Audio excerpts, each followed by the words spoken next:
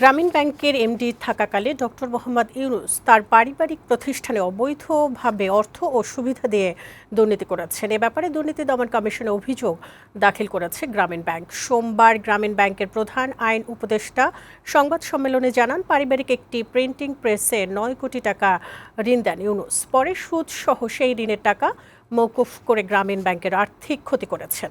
এখন তিনি মিথ্যে বক্তব্য দিয়ে বিভ্রান্তি ছড়াচ্ছেন বলেও অভিযোগ করেন গ্রামীণ ব্যাংকের আইনজীবী। এজাজুল হক মুকুলের প্রতিবেদন।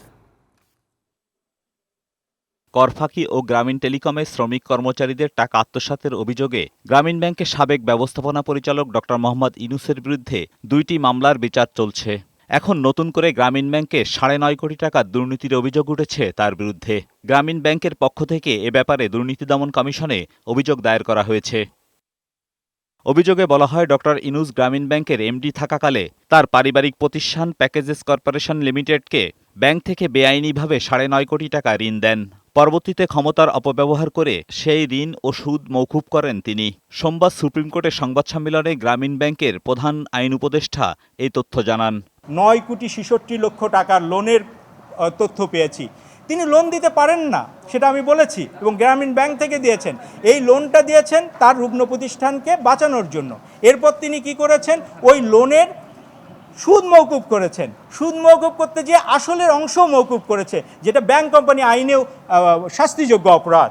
এ সময় সম্প্রতি ডক্টর ইউনূস যে বক্তব্য দিয়েছেন তারও জবাব দেন গ্রামীণ ব্যাংকের এই আইনজীবী। বলেন, মিথ্যা তথ্য দিয়ে তিনি বিভ্রান্তি ছড়াচ্ছেন। ডক্টর ইউনূস যে অভিশপ্ত জীবনের কথা বলেছেন তা গ্রামীণ ব্যাংকের গ্রাহকদের অভিশাপ বলেও জানান এই আইনজীবী। শত কোটি টাকার দুর্নীতির অভিযোগ আমাদের কাছে আছে। আমরা ডক্টর ইউনূসের ব্যক্তি ইউনূসের বিরুদ্ধে নয়, তার যে কর্মকাণ্ড, তিনি তার অবস্থানে থেকে তিনি যেভাবে ক্ষমতার অপব্যবহার করেছেন, তিনি যেভাবে ক্ষমতার অপব্যবহার করে তার পারিবারিক প্রতিষ্ঠান, তার নিজেকে তিনি অর্থবিত্তে লাভবান করেছেন, সেগুলো দালিলিক প্রমাণসহ এসেছি। উনি কোর্টে যে প্রমাণ করুক, দুদকের কাছে যে প্রমাণ করুক, ওনার সব তথ্য মিথ্যা।